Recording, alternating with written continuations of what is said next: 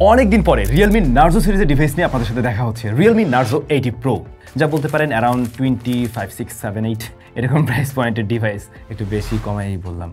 এই ফোনটা right now পাওয়া যাচ্ছে 28K থেকে 29 মধ্যে, হয়তো দামে কিছুটা কমতে পারে। রিয়েলমি নার্জো 80 প্রো ফোনটা দেখতে কিন্তু বেশ ইউনিক লাগছে, বিশেষ করে রিয়ার প্যানেলের ডিজাইনটা অনেকটা দামি ফোনের মতোই একটা ফিল দেয়, তবে রিয়ার প্যানেলটা আসলে প্লাস্টিকই তৈরি। এনিওয়ে, এগুলো নিয়ে তো আলোচনা হবেই, তবে এই ফোনটা স্পেশালি ফর গেমার্স, যারা কিনা এই প্রাইস পয়েন্ট থেকে একটা গেমিংয়ের জন্য ডিভাইস খুঁজছিলেন, আই হোপ তাদেরকে এটা সন্তুষ্ট করতে পারবে। এটা ছোটোখাটো একটা স্পয়লার হিসেবে থাকলো। ফোনটা আমাদের কাছে দীর্ঘদিন আগে পাঠিয়েছিল গ্যাজেটোপিয়া, যাদের শপ রয়েছে যমুনা ফিউচার পার্কে। তাদের কাছে আপনারা এই ফোনটা পেয়ে যাচ্ছেন। ভিডিও ডেসক্রিপশনে গ্যাজেটোপিয়ার ইনফরমেশন মেনশন করা আছে, এবং ওই যেটার দাম বললাম ওরকম প্রাইস পয়েন্টে রাইট নাও পেয়ে যাবেন আর কি। আপনারা চাইলে অনলাইন থেকেও পারচেস করতে পারবেন।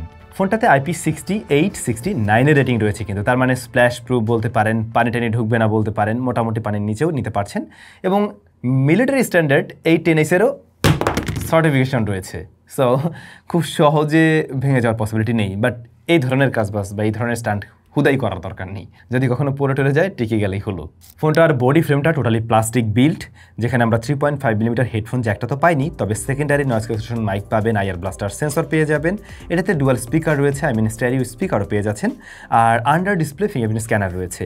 এটার পজিশন আমার কাছে খুব একটা সমস্যা হয়নি, আর এটা বেশ ফাস্ট, একুরেট, পানি টানি লাগলে একটু ডিলে হতে পারে এই যা।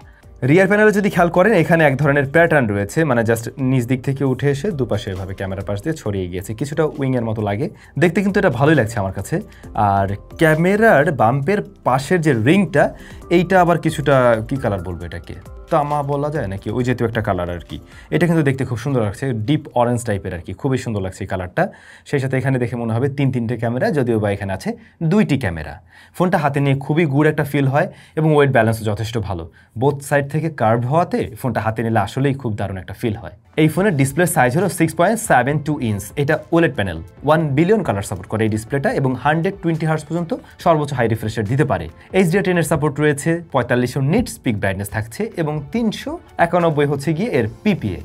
কাগজ কলমের বিষয় ছিল এগুলো, বাট এমনিতে যদি দেখতে যান, ডিসপ্লেটা সত্যিই আপনার কাছে সিমেট্রিক্যাল মনে হবে, এবং ডিসপ্লেটার ভিউ যথেষ্ট ভালো। একটা ইমার্সিভ ভিউ এর থেকে পাওয়া যায়। পাঁচশোল কার্ডটা টপ সেন্টারে তো আছে, তবে এইটার সাইজ আরও একটু ছোট করলে এই ডিসপ্লেটাই দেখতে আরও সুন্দর লাগতো। বিশেষ করে রেডমির K সিরিজের ফোনগুলোতে দেখবেন পাঁচশোল কার্ডটা একেবারে ছোট থাকে, ওরকম কিছু থাকলে আরও সুন্দর লাগতো। এখন যেহেতু এটা একটা কার্ভড বডির ফোন, বা কার্ভড ডিসপ্লের ফোন, সো বেজেল এরিয়া খুবই ন্যারো মনে হয়, একদম মিনিমাল, জাস্ট মানে দেখাই যায় না এরকম একটা অবস্থা। সো মিডিয়া কনজাম্পশন যখন করছেন, ভিডিও দেখছেন বা গেমিং টাইমে, আপনার কাছে দেখতে অবশ্যই ভালো লাগবে। আবার একই সাথে একটা সমস্যাও ফেস করবেন, পাতলা ফোন, কার্ভড, আপনি এক হাতে নিয়ে ব্যবহার করতে গেলে মিসটাচ জনিত কিছু সমস্যা ফেস করতে পারেন। এই ব্যাপারটা একটু মাথায় রাখতে পারেন, আপনার কার্ভ ডিসপ্লে নিয়ে কোনো ইস্যু আছে কিনা। তবে কার্ভড এরিয়া থেকে বা সাইড থেকে আমরা কোনো নেগেটিভিটি জনিত কোনো প্রবলেম পাইনি। নর্মালি হয় কি, কার্ভড এই এরিয়াটাতে হালকা একটু ব্লেডিংয়ের মতো লক্ষ্য করা যায়, একটু কিছু ক্ষেত্রে দেখবেন লাইটটা একটু হাইলাইট হয়ে দেখা যায়। ওই ব্যাপারগুলো কার্ভড ফোনে দেখে আমরা অভ্যস্ত, এখানেও তা আছে। এই ডিসপ্লের কালার একেবারে একুরেট না, ভাইব্রেন্ট, একটু বেশিই ভাইব্রেন্ট, গ্রিন এবং মনে হলো রেড কালার, এগুলো একটু বেশি পপ আপ করে প্রেজেন্ট করে। আপনি যখন কোনো ভিডিও দেখবেন, আপনার কাছে ভালো লাগবে, খুব কালারফুল তো দেখতে ভালোই লাগে। ব্রাইটনেস ইনডোরে কোনো সমস্যা হয়নি, আউটডোরে ডিরেক্ট সানলাইটেও চালাতে কোনো সমস্যা হয়নি, সো এটা নিয়েও প্যারা থাকছে না। আর টাচ রেসপন্স ভালো আছে, 120 হার্টজ পর্যন্ত ঠিকভাবে পুশ করে আমাদের টেস্টিংয়ে দেখলাম ঠিকভাবেই আসছে, তবে সব অ্যাপের ক্ষেত্রে আসে না, কিছু দু একটা কম আসে, 90 হার্টজে অনেকগুলো লক করে।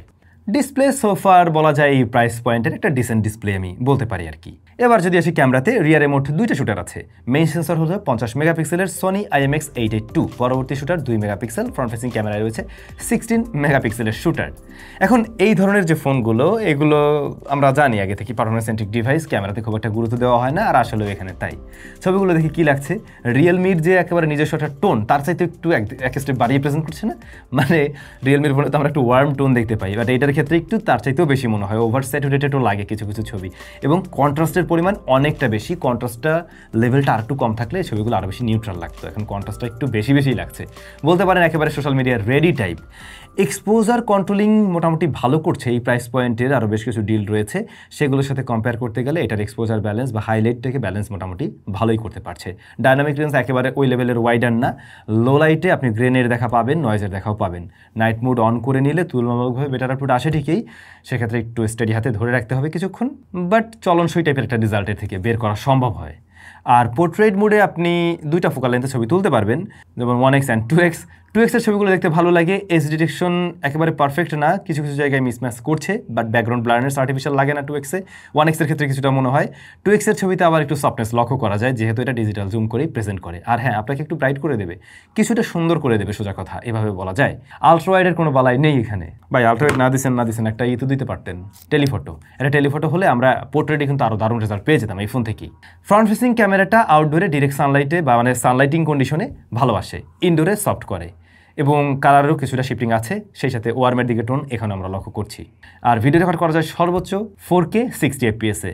ভিডিও মোটামুটি স্ট্যাবলেই, তবে ভিডিওতে জিটারিং আছে, কিন্তু এখানেও আপনি হেভি মুভমেন্ট করলে জিটারিং লক্ষ্য করবেন। মোটামুটি স্টেবলভাবে শ্যুট করলে খুব একটা সমস্যা হবে না, আর স্লোলি শ্যুট করলেও কোনো সমস্যা পাবেন না। এখানেও কিছুটা কন্ট্রাস্টের পরিমাণ বেশি আছে। ক্যামেরাটা এই প্রাইস পয়েন্টের অন্য যে আমরা এই ধরনের একটু পারফরমেন্সেটিভ ডিভাইস দেখতে পাই তাদের মতোই অ্যাজ ইউজুয়াল টাইপের একটা রেজাল্ট দিচ্ছে, তবে কন্ট্রাস্টের পরিমাণ একটু বেশি, কালারটাও একটু বেশি বুস্ট করে। এরপরে যদি আমরা চলে যাই পারফরমেন্স সেকশনে, যেটার জন্যই হয়তো আপনি এই ফোনটাকে কিনবেন, এই ফোনটাতে প্রসেসর হিসেবে রয়েছে MediaTek Dimensity 7400। এর স্টোরেজ টাইপ UFS 3.1 এবং এই ফোনটা রান করছে Realme UI 6.0 based on Android 15। 2 বছরের মেজর আপডেট পাওয়া যাবে এই ফোনটাতে।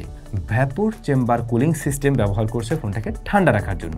এখন দেখুন এই প্রাইস পয়েন্টে আমরা কোন চিপটা বেশি পেয়ে অভ্যস্ত, বা সর্বোচ্চ চিপ কোনটাকে বলতে পারি, যখন কিনা আমরা গ্রে মার্কেট থেকে কিনছি, আই মিন আনঅফিসিয়াল মার্কেট। সেক্ষেত্রে MediaTek Dimensity 7300টাই দেখা যায়, যেটা আমরা IQ ডিভাইসে দেখেছি, যেটা আমরা CMF ফোনেও দেখেছি। সো ওইটাই তো চলে এরকম প্রাইস পয়েন্ট, রাইট?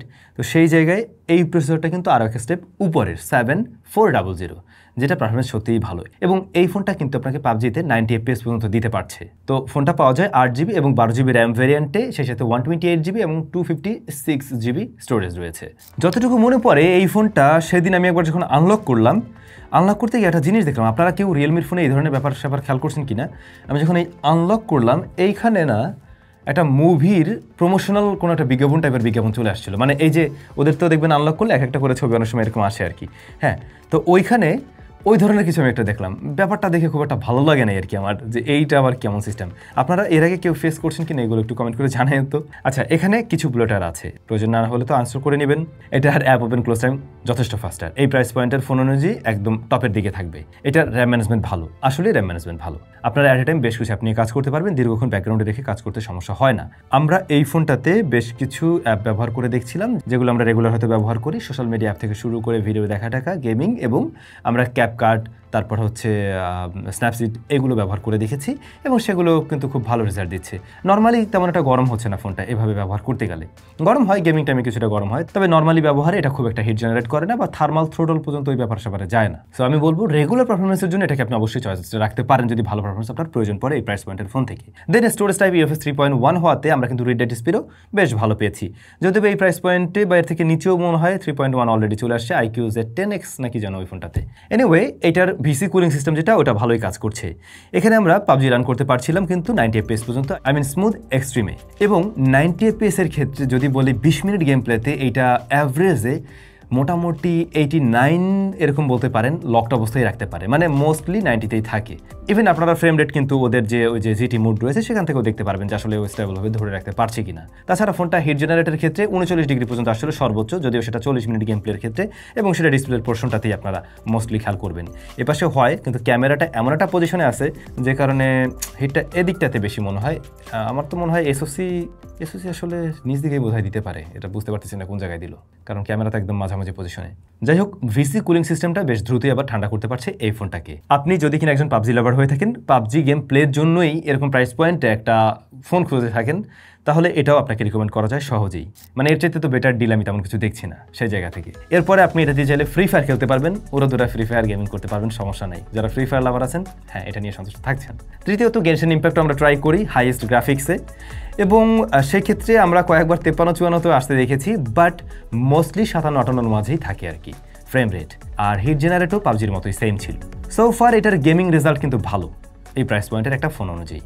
এটার দাম যদি কমে, এখন তো মানে 27-28 ঘরে পাওয়া যায়, মোটামুটি 26 ঘরে চলে আসে, তাহলে কিন্তু খুব দারুণ একটা ডিল হয়ে যায় ফর গেমার্স। তবে প্রিভিয়াস জেনারেশনে, আই মিন নার্জো 70 সিরিজের ফোনে কিন্তু টাচের একটা ল্যাগিং ছিল, যেটা গেমিংয়ের ক্ষেত্রে পাওয়া যেত।